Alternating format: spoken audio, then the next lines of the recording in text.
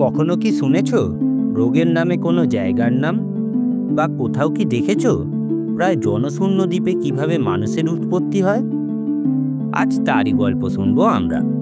সালটা 1996।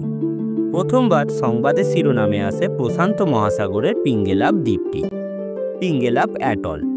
অ্যাটল শব্দের অর্থ হলো ক্ষুদ্র প্রবাল দ্বীপ। সেই দ্বীপে এমন একটি বিপর্যয় ঘনিয়ে এসেছিল যার ফলে দ্বীপের বাসিন্দাদের জীবনে ঘটে এক আমূল পরিবর্তন।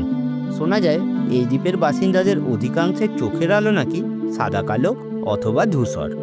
চিকিৎসা পরিভাষায় এই বিরল রোগটির নাম অ্যাক্রোমাটোপসিয়া। এই রোগে আক্রান্ত ব্যক্তিদের দিনের আলোয় কোনো কাজ করা খুব কষ্টসাধ্য। অন্যদিকে সাধারণ দৃষ্টিশক্তির মানুষের তুলনায় রাতে তাদের দৃষ্টিশক্তি বেশ খানিকটা বৃদ্ধি পায়। জানা যায় এই দ্বীপের মানুষরা বংশ পরম্পরায় এই রোগের শিকার। প্রায় 250 বছর পিছনে ফিরে তাকালে জানা যায় 1775 সালে এই ছোট্ট প্রবাল দ্বীপটির ওপর দিয়ে এক ভয়াবহ ঘূর্ণিঝড় বয়ে যায়।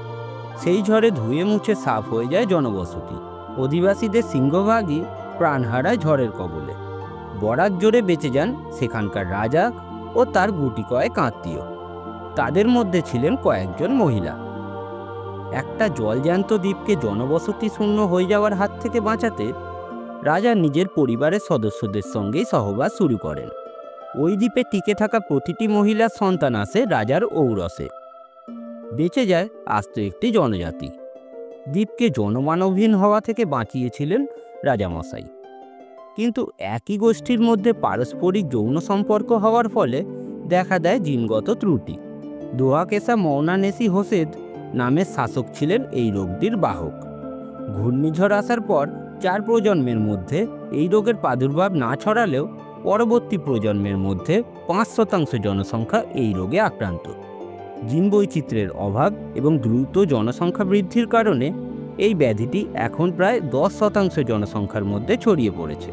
গোটা বিশ্বের পরিসংখ্যান অনুযায়ী 30,000-এর একজন লোকের মধ্যে এই রোগটি ধরা পড়ে।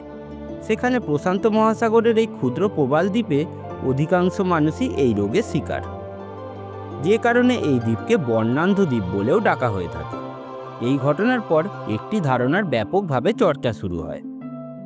তাহলে পৃথিবীতে মহাপ্রলয় নেমে এলে মাত্র 2 জন নরনারী বেঁচে থাকলেই কি আবার পৃথিবীতে মানব সভ্যতা ফিরিয়ে আনা সম্ভব? মাত্র 2 জনের পক্ষে সারা পৃথিবীকে আবার জনসংখ্যায় ভরিয়ে দেওয়া কি যায়? যদিও বা বিষয়টি নিয়ে নানা মুনির নানা মত থাকলেও সেই সম্ভাবনা উড়িয়ে দেননি গবেষকদের একাংশ। এ বিষয়ে তোমাদের কি মত কমেন্ট করে জানিও। তাহলে কেমন লাগলো আজকের গল্প? যদি ভালো লাগে লাইক করে শেয়ার করে দিও। এরকম গল্প আরও শুনতে চ্যানেলটা সাবস্ক্রাইব করে ঘন্টাটা বাজিয়ে দিও।